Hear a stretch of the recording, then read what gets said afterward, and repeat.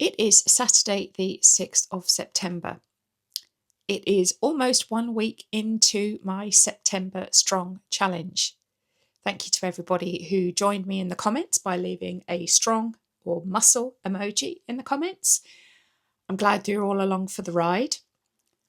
What I'm going to do today is update you on where I am and why I have had to let go, stop controlling, and just let my body do what my body is going to do. If you don't know me, my name is Ginger and this is my channel Ginger Goes GLP-1, where we discuss things GLP-1. In my specific case, that's Mounjaro. I'm currently on a Mounjaro pen of 10 milligrams and I have been now for 13 weeks. The way I've done that 10 milligram pen is the first 5 weeks I did 8.75 milligrams from the pen because I wasn't ready to titrate up fully from the 7.5 milligrams. But the last 7 weeks I've done split dosing where I take 5 milligrams on a Sunday and a Thursday. The reason I did that was because, one, I get mega suppression when I take a full dose once a week, which often means that I can't really eat properly for about 4 or 5 days.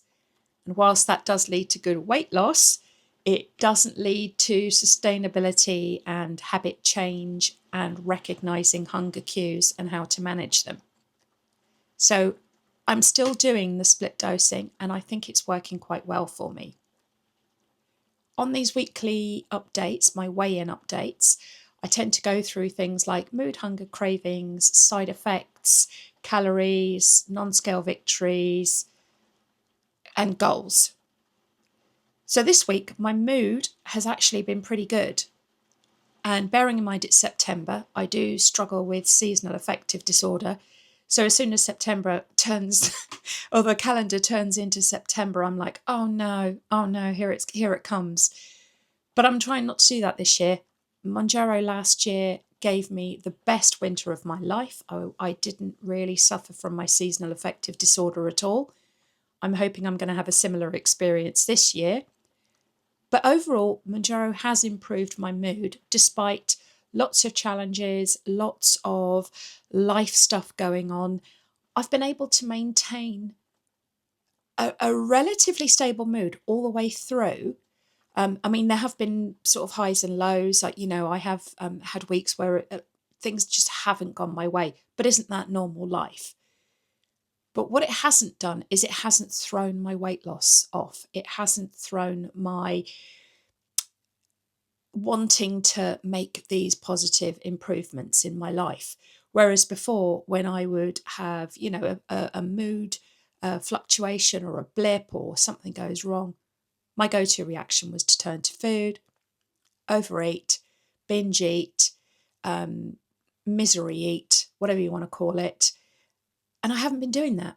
I haven't done that for almost a year. I've had the odd occasion, but don't we all have like blips in our life and, maladaptive ways of coping with it? So overall, I would say my mood has been very stable for the past 49 weeks, because this is my week 49 weigh-in. Hunger. So on this split dosing, what I have noticed, and I've said this in the last couple of videos, I'm more hungry every day. So I have normal levels of hunger, whereas before I wasn't hungry for 4 or 5 days, and then the last couple of days I was hungry. I was worried that it would affect my weight loss.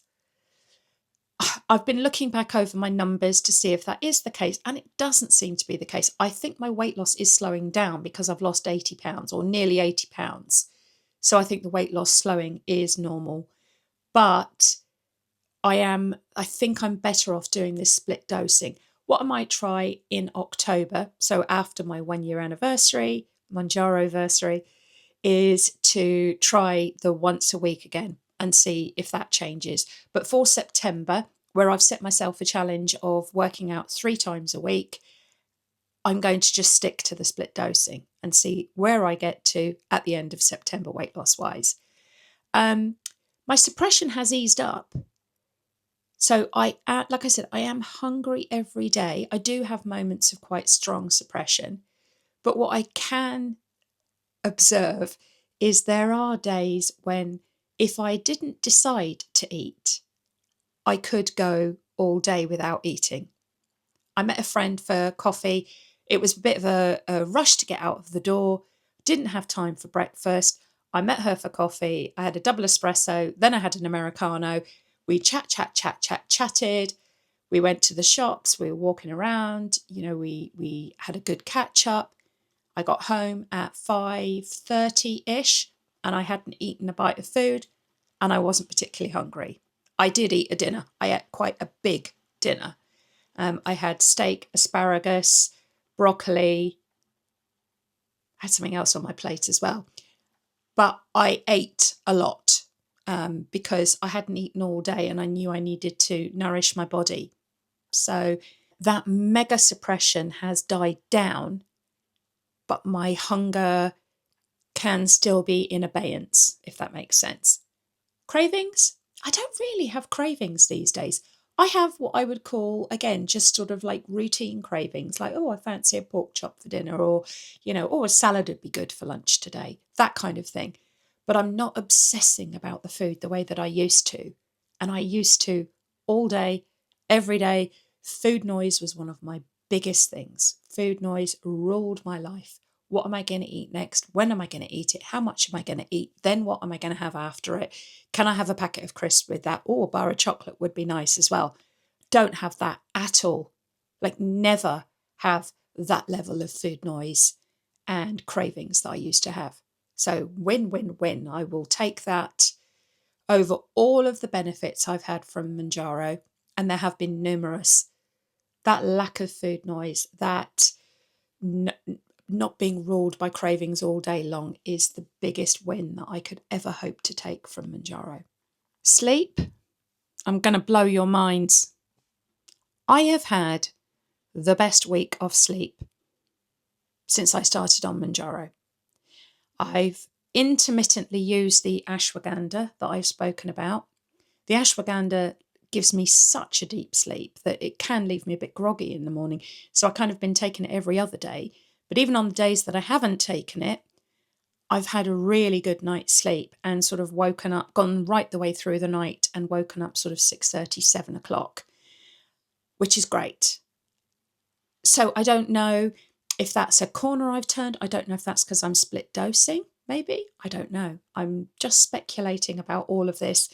But yeah, my sleep has really improved. So anybody that is struggling with sleep, look at the different options. You can try natural remedies, you can try calms and things like that. Magnesium glycinate really helps with sleep. So the studies report, I'm not a medical professional, so don't take anything I say as medical advice. But yeah, there are lots of things that you can look up on the internet yourself. But yeah, I do take magnesium glycinate sometimes at night. It was my own choice to look at ashwagandha because I'd heard good things about it. And the reason I started taking it was because of my work situation and the horrendous stress and way that I've been treated has impacted on me. My cortisol levels were through the roof. And one of the things that ashwagandha is purported to do, again, I'm not saying it does, is to lower cortisol.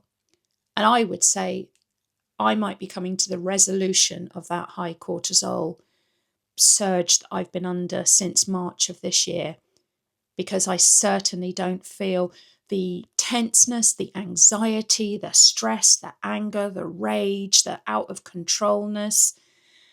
We'll come back to control in a minute, that I have before. So if anything, just all of these benefits, the increased sleep, the better diet, the potentially the ashwagandha, the split dosing, just all of these things, I'm feeling a much healthier, happier and whole person.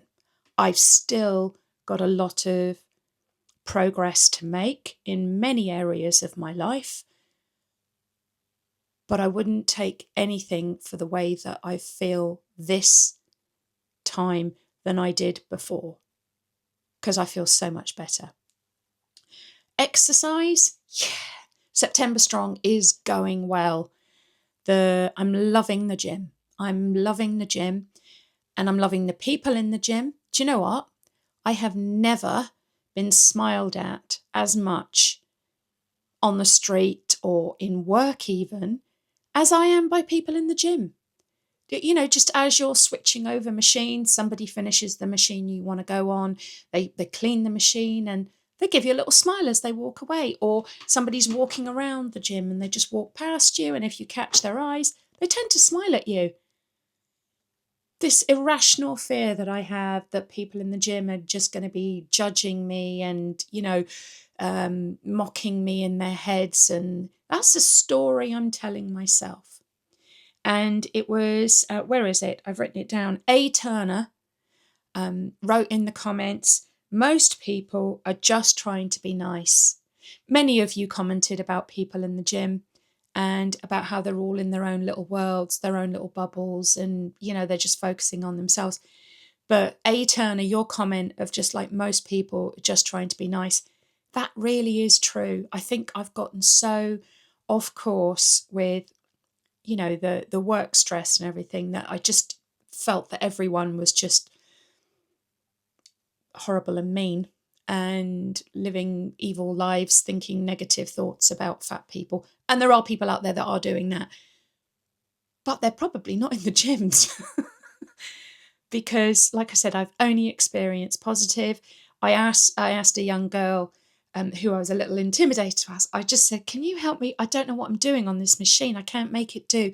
She came over and literally jumped in, helped me, and within 30 seconds had solved my problem. And now I was able to get back on that machine and use it effectively the next time with confidence, and yeah, so I think it's really mind-blowing to me just the turnaround I've had in that period of time, So, where else? Calories, I'm continuing to not track fully. Like I said, when you first start, track, because you need to stay on top of how much protein you're eating, if you are getting enough nutrition during the day. I've been doing this now for 49 weeks, so I have got a very good idea in my head of how much protein I'm consuming, my calories for the week, and on a daily basis. So I'm not tracking like I used to, but I'm still aiming for about 120 grams of protein a day, and I know what I need to do to make that up. I don't do it every day. Some days I am coming in sort of around the 90 mark.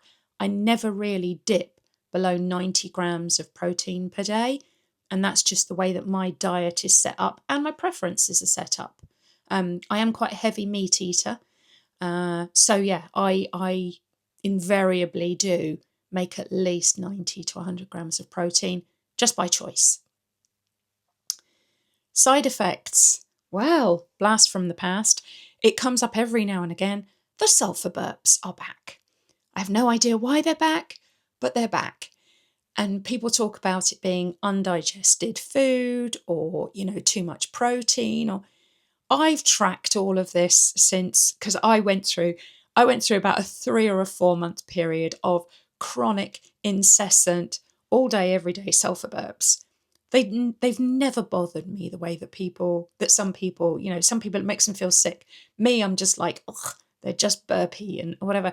But it used to be a sign that I was losing weight, that my body was doing whatever it needed to do to lose weight. So I kind of welcomed them, even though they weren't very pleasant. And because I worked at home most of the time on my own, it didn't bother me if they were smelly or whatever. But anyway, I just thought it was funny that the sulfur burps are back after all of this time, week 49. Maybe it's just going to remind me of my journey. I'm getting a little bit of all of my old side effects back. My ear popping, that has really decreased. So it's decreased in the number of days that I get it, but not necessarily the amount of time. So once I get it, it tends to stick around for a couple of hours, but I'm not getting it every day. So I was routinely getting it every single day or at least 5 or 6 days a week for most of the day. So if it starts, it usually continues for at least 4 or 5 hours, which is really annoying, but I've learnt to live with it. Hopefully it will resolve eventually. We'll see. Anyway, goals. Right. Well, I'm just going to say it out loud. My body is just not going along with what goals I've set for myself. It's not listening to the goals I want to achieve by the end of September. It's like, no, I'm going to do my own thing, which is really irritating and annoying for me because, I've set these goals. I wanted to weigh 160 pounds by the 1st of October. So I think you might be able to guess where this is going today. And my body's going, no, we're not following your timeline. We're going to do what we want. So going on to weight loss. I will go on to weight loss. I have maintained this week. And not only have I maintained, I've maintained to the exact amount as last week, like to the gram kind of thing, which I always find really strange. I'm like, how can I weigh exactly the same to that last mini digit? But I've jumped on and off the scales. I've moved the scales around. I've stood on it 1 foot. I've put on extra clothes. I've held something heavy and then put something down. No. So I have maintained my weight from last week, which was 168.6 pounds or 12 stone even, and then that little 6, whatever that 6 is, or 76.5 kilos. So I've had 0 weight loss, I've had 0 weight gain, I have stayed literally exactly the same. Control. I have had to let go. I have had to accept that that's what my body is doing. And as much as I want to have lost 2 pounds this week so that I'm on track to meet my 165 by the 15th of September, so that's midway through the month. I wanted to be 165 and then I wanted to be 160 by the 30th, which I knew was quite a goal for me anyway. But yeah, I've just had to make peace with the fact that all of my goals and my sliding scale of where I've adjusted my goals might continue to adjust because I'm not going to drop my calories anymore. I eat between 12 and 1400 calories a day approximately.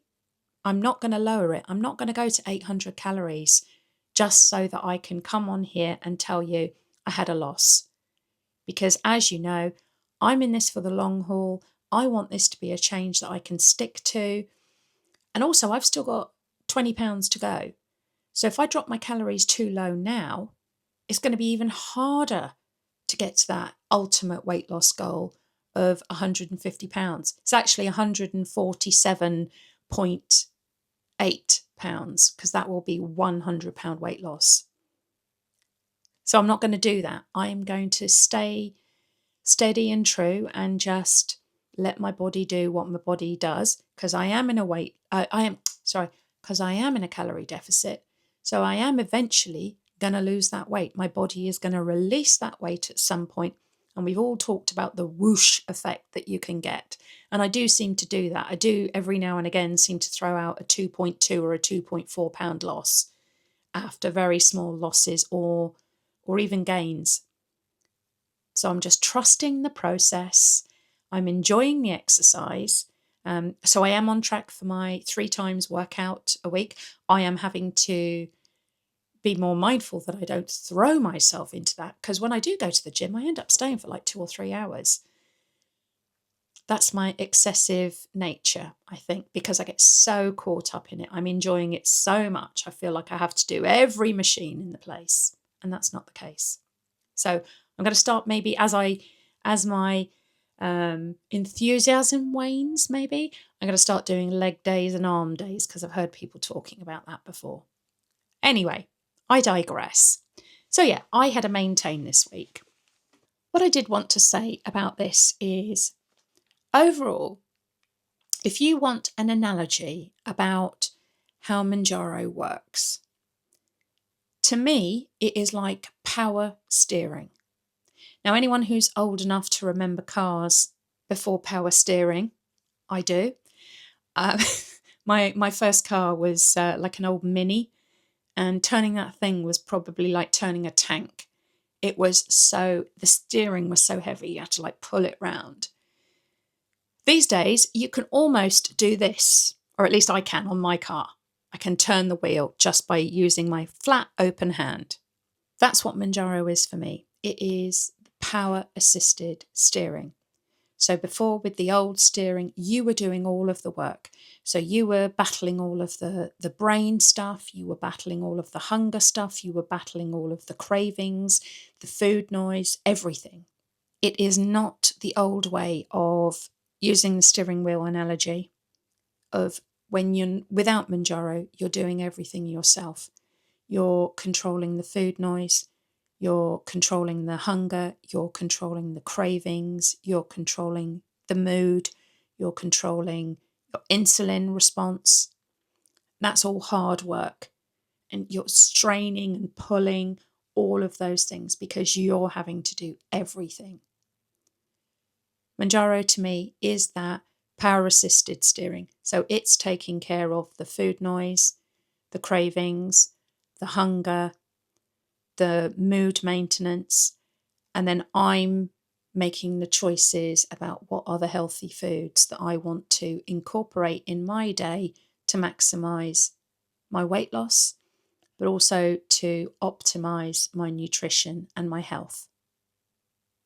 I hope that analogy makes sense to people. If you've driven an old car, you will understand that analogy. But yeah, it just takes that real hard work that you're just having to pull all the time. And when things are hard and you've got a hard turn to make, for example, it's not as hard. You're able to move the wheel or control your hunger, knowing that it's got the backup. It's there sort of like doing some of that extra work for you. I might have butchered that. Maybe people won't understand it, but it just it made sense when I was saying it was cookie, I think I was responding to. It made sense to me when I was saying it, that it is the power steering. So I hope you get that analogy anyway. So in summary, at the end of week 49, with all of my ambitious goals and my way I was going to handle September, I am doing September strong. I am still strong. I am still 0.8 pounds away from making my 80-pound weight loss, and I am still 0.7 pounds away from getting into the 11 stone range, which just it feels tauntingly close. But anyway, I'm going to get there eventually. I'm not making excuses. I am just saying that I'm doing everything I can. My body is going, no, we're going to do it in our own time. And I'm just making peace with that. So I thought I'd come on here and just tell you where I am this week. And yeah, thank you for all of your support about the gym and all of your lovely comments about the people that go to the gym. Because what I do realise is some of you are those lovely people in the gym, smiling at me, helping me, probably smiling and helping other people. And I think that's great. And I'm going to try and pass that on myself and be the smiley, helpful person if I see somebody else struggling. Might not be able to help them as much as other people because I'm still learning myself, but the intention is there. So in short, it was a maintain this week and I just got to make peace with it. You know, there's no point in me jumping up and down on the scales and trying to make it happen. It didn't happen, but it will happen. It will happen eventually. I hope your journey is going well. I hope your weight loss is going well. And I hope you're not struggling with side effects or mood or anything like that. Please do think about giving me a like and subscribe and leaving a comment down below. If I don't answer it, other people might answer it, but very often people are just liking your comments because they find it helpful to them as well. So I hope you all have a good week. I will be back on Wednesday for my week 50 midweek musing. We are getting very, very close to the 1 year mark. And we'll have to see where I am come the 1st of October 2025 in comparison to 1st of October 2024. Obviously, it's a big difference. But yeah, let's see where we end up. Okay, take care, everybody. Bye-bye.